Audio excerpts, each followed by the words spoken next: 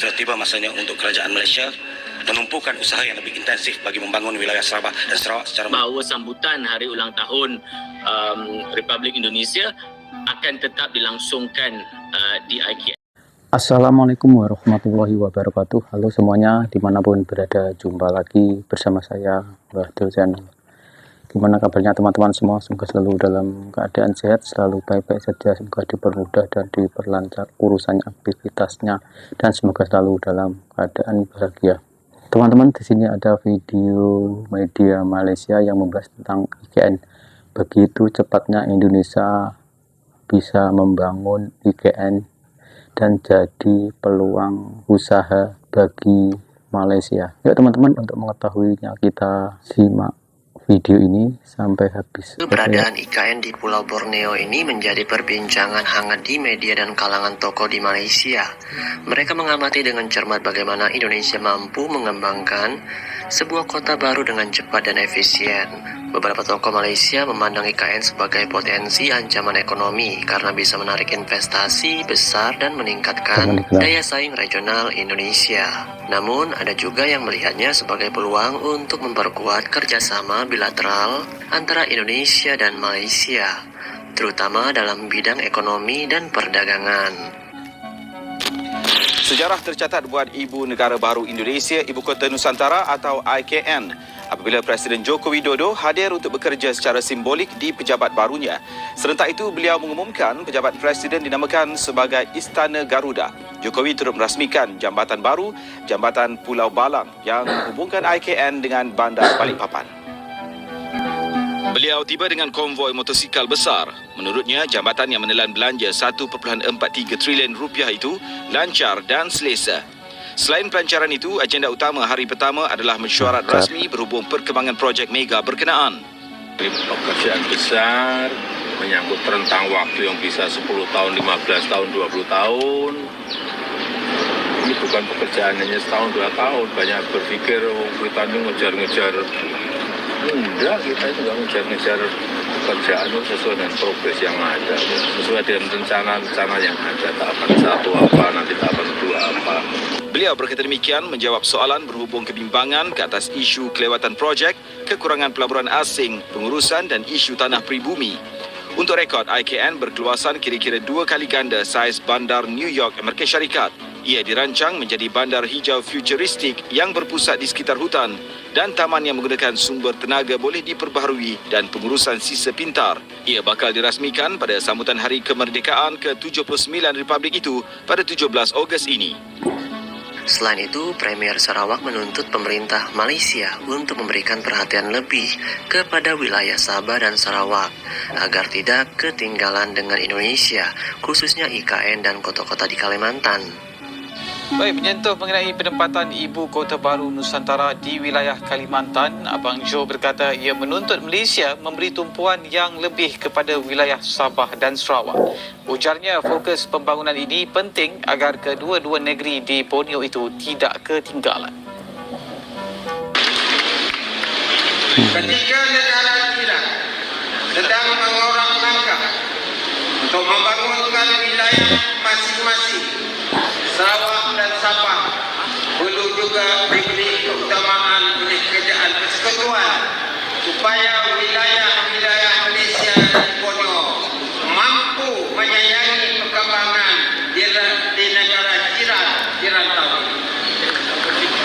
Tidak kurang pentingnya keselamatan di perbatasan harus ditingkatkan di samping inisiatif untuk menaik taraf kemudahan lintas perbatasan, yaitu CIQ. Andai kata Ibu Negara Indonesia berpindah ke Nusantara, maka ini adalah khabar baik kepada Sabah dan Sarawak dan kerajaan harus memberi tumpuan lebih kepada pembangunan di sana. Pelaburan akan masuk melimpah ruah sekaligus memberi peluang pekerjaan kepada warga kita di sana dan meningkatkan ekonomi di kedua-dua buah negeri tersebut. Akan tetapi, dari segi keselamatan, pihak ATM dan PDRM harus bertingkatkan pertahanan dan menjaga sempadan. Bagaimana pandangan rakan-rakan di Sabah dan Sarawak? Adakah ini satu perkembangan yang baik? Saya percaya Malaysia akan berhadapan dengan masalah mendapatkan tenaga buruh dari Indonesia kerana pada masa ini kita sedang pesat membangunkan ibu negara baru yang dinamakan Nusantara yang terletak di Kalimantan Timur. Sudah tiba masanya untuk kerajaan Malaysia menumpukan usaha yang lebih intensif bagi membangun wilayah Sabah dan Sarawak secara menyeluruh, terutamanya dari segi infrastruktur dan jaringan pengangkutan. Di bawah Belanjawan 2024, sejumlah 2.15 bilion diperuntukkan untuk pelbagai projek pembangunan rel dan kereta api di Malaysia yang rata-ratanya tertumpu di Semenanjung Malaysia. Alangkah eloknya sekira kerajaan pusat juga dapat melihat kepada pembangunan sebuah jaringan kereta api di Sarawak dan Sabah sebagai pelaburan jangka masa panjang yang bakal memberi pulangan yang amat besar kepada negara. Ini kerana pada masa ini Kementerian Perhubungan Republik Indonesia sedang giat melaksanakan pembinaan secara berfasa laluan kereta api sepanjang 2,428 km bagi menghubungkan bandar-bandar dan kawasan pelabuhan utama di sekitar wilayah Kalimantan.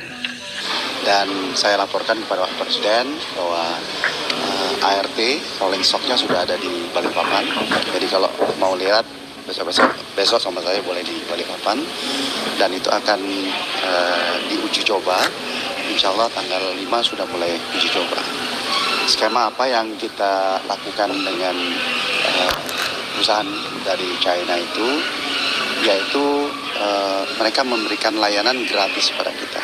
Jadi kita berikan jalan yang sudah dikonstruksi oleh OIKN dan juga PU, dan membuat marka-marka free of charge selama Agustus sampai Desember. Jadi saat itu ada 2 transit, masing-masing 3 kar akan berputar dari Sumbu Kebangsaan, Sumbu Barat, Sumbu Timur, keliling dengan airway 5 menit. Pembangunan infrastruktur di IKN Nusantara dan sekitar semakin besar, dan tadi salah satunya ART Tram sudah tiba di IKN menjelang HUT upacara 17-an. Selain itu juga IKN menjadi perbincangan di Malaysia dan menyebut IKN 2 kali lipat dari Singapura. Saya mengikuti perkembangan IKN ini begitu dekat sekali.